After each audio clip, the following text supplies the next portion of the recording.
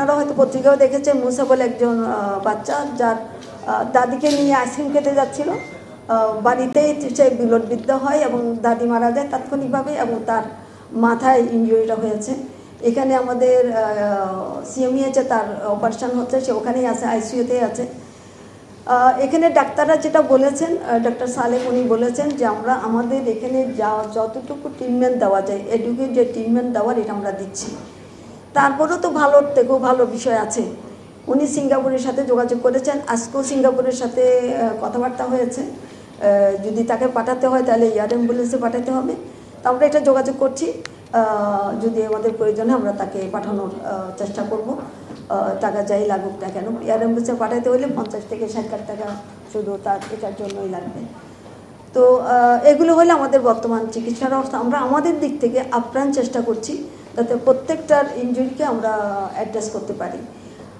আমাদের কাছে মাঝে মাঝে বিভিন্ন জায়গা থেকে পত্রপত্রিকা থেকেও আসে যে অমুক জায়গায় চিকিৎসাটা পায়নি। গতকালকে প্রথম আলোতে একটা পেয়েছিলাম, তাকে আমরা খবর দিয়েছি, সে গতকালকে এসে উপস্থিত হয়েছে এবং তার একটা অপারেশন হয়েছে। এগুলো হলো বিভিন্ন মহারাষ্ট্র যারা আমাদের থেকে তথ্যটা হয়তো জানে নাই। আমরা তো পত্রপত্রিকায় দিয়েছি, আমরা মিডিয়ায় দিয়েছি তথ্য যাতে তারা পায়। তো যাই হোক, এরপরে আপনাদেরকে আমি অনুরোধ করবো যদি আপনাদের জানার মধ্যে কেউ এখনও আমাদের এই যে আমরা এখান থেকে সেবাটা দিচ্ছি এটা যদি না জানে, আপনারা আমাদেরকে রেফার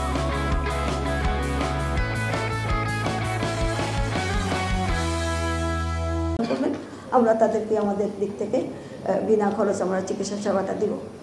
সরকারের দিক থেকে একটা আগাগোড়া একটা ঘোষণা ছিল, যারা এইরকম অঙ্গ হারিয়েছে কিংবা ডিসেবল হয়ে গেছে তাদেরকে নতুন করে রিহেবিলিটেট করার দায়িত্ব সরকারের কাছে। সে দায়িত্বটা আমরা পালন করব এবং সেটা স্বাস্থ্য হয়তো আমরা স্বাস্থ্যগত যে রিহেবিলিটেশন এটা আমরা করব, কিন্তু তারপরে যখন সে ভালো হয়ে যাবে তাকে পুনর্বাসন করার দায়িত্বটা সরকার নেবে, এটা সেই ভঙ্গিতেই বলা আছে।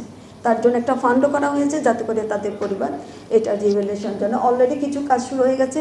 যারা নিহত হয়েছে তেমন পরিবারকে 5 লাখ টাকা করে দেওয়া হচ্ছে, এটা আপনারাও মনে হয় জেনেছেন। এরপরে আসে হলো আমাদের ডেঙ্গুর অবস্থা কি।